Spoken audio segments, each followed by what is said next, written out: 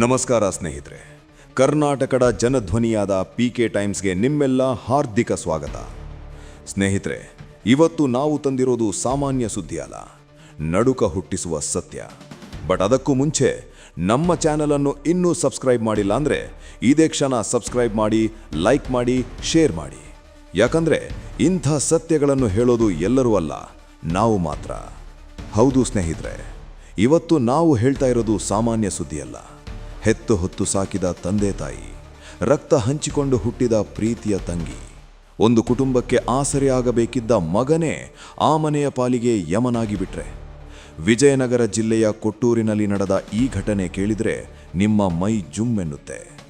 ಪ್ರೀತಿ ಹಂಚಬೇಕಿದ್ದ ಕೈಗಳು ರಕ್ತದ ಮಡುವಿನಲ್ಲಿ ಆಟವಾಡಿವೆ. ಅಣ್ಣನ ಕ್ರೌರ್ಯಕ್ಕೆ ತಂಗಿ ಬಲಿಯಾಗಿದ್ದಾಳೆ. ಮಗನ ಮುನಿಸಿಗೆ ಹೆತ್ತವರು ಮಣ್ಣಾಗಿದ್ದಾರೆ.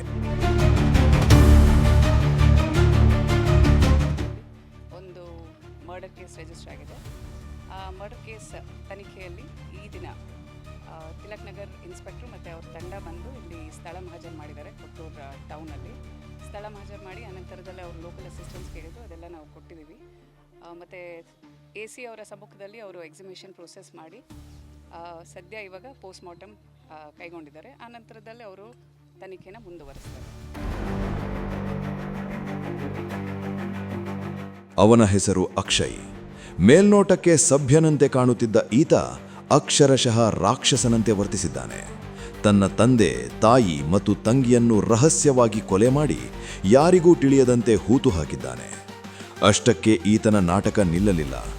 ಹತ್ಯೆ ಮಾಡಿದ ಬಳಿಕ ಏನೂ ಅರಿಯದವನಂತೆ ಬೆಂಗಳೂರಿಗೆ ಬಂದು ನನ್ನ ತಂದೆ, ತಾಯಿ, ತಂಗಿ ಕಾಣೆಯಾಗಿದ್ದಾರೆ ಎಂದು ಪೊಲೀಸ್ ಠಾಣೆಯಲ್ಲಿ ದೂರು ನೀಡಿದ್ದಾನೆ.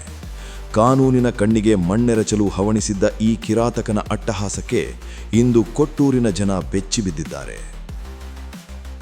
ಸರ್, ನಮ್ದೇನು ಇಲ್ಲ, ಅವನು ಏನಾದರೂ ಮಾಡಿದ್ದೆ ಆಗುತ್ತೆ ಸರ್. ಅವ್ನು ಯಾವುದೇ ಕಾರಣಕ್ಕೂ ನಮ್ಮ ರಾಜ್ಯದಾಗ ಇರ್ಬೋದು, ಅವ್ನು ಹೊರಕ್ಕೂ ಬರ್ಬೋದು ಅಂತ ನಮ್ದೇನು ಗೊತ್ತಾ ಯಾಕೊತ್ತಾ ಸ್ವಂತ ತಂದೆ ತಾಯಿ ತಂಗಿರ ಕಡ್ತಾರಲ್ಲ ಅವ್ನು ಹೊರಕ್ಕೆ ಬಂದು ನಮ್ಮನ್ನೆಲ್ಲ ಕಡೆಯಲ್ಲ ಅನ್ನೋದೇನು ಅವ್ನು ನಂಬೋದು ಹೆಂಗೆ?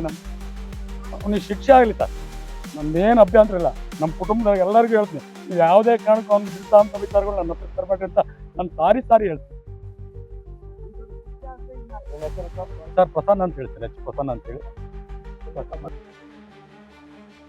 ಪೊಲೀಸರ ಹದ್ದಿನ ಕಣ್ಣಿನ ತನಿಖೆಯ ಮುಂದೆ ಈ ಹಂತಕನ ಆಟ ಹೆಚ್ಚು ದಿನ ನಡೆಯಲಿಲ್ಲ.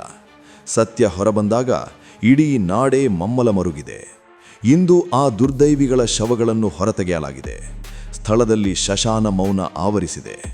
ತಂಗಿಯ ಬದುಕಿಗೆ ಬೆಳಕಾಗಬೇಕಿದ್ದ ಅಣ್ಣ ಅವಳ ಕತ್ತು ಸೀಳಿ ಜೀವ ತೆಗೆದಿದ್ದಾನೆ ಅಂದರೆ ಈ ಕಲಿಗಾಲ ಎತ್ತ ಸಾಗುತ್ತಿದೆ ಎಂಬ ಪ್ರಶ್ನೆ ಮೂಡುತ್ತದೆ. ಆಸ್ತಿ ಆಸೆಯೋ ಅಥವಾ ವೈಯಕ್ತಿಕ ದ್ವೇಷವೋ? ಕಾರಣ ಯಾವುದಾದರೂ ಇರಲಿ, ಹೆತ್ತವರನ್ನು ಕೊಂದ ಈತನಿಗೆ ಕ್ಷಮೆ ಇದೆಯೇ? ಸಮಾಜ ತಲೆ ತಗ್ಗಿಸುವಂತೆ ಮಾಡಿದ ಈ ಘಟನೆಯ ಬಗ್ಗೆ ನಿಮ್ಮ ಅಭಿಪ್ರಾಯವೇನು? ಇಂಥ ಕ್ರೂರ ಮನಸ್ಥಿತಿಯವರಿಗೆ ಕಠಿಣ ಶಿಕ್ಷೆಯಾಗಲಿ ಎಂದು ಆಶಿಸೋಣ. ನೀವು ಸತ್ಯದ ಜೊತೆ ಇದ್ದರೆ PK ಟೈಮ್ಸ್ ಜೊತೆ ಇರಿ. ಸಬ್ಸ್ಕ್ರೈಬ್ ಮಾಡಿ, ಶೇರ್ ಮಾಡಿ.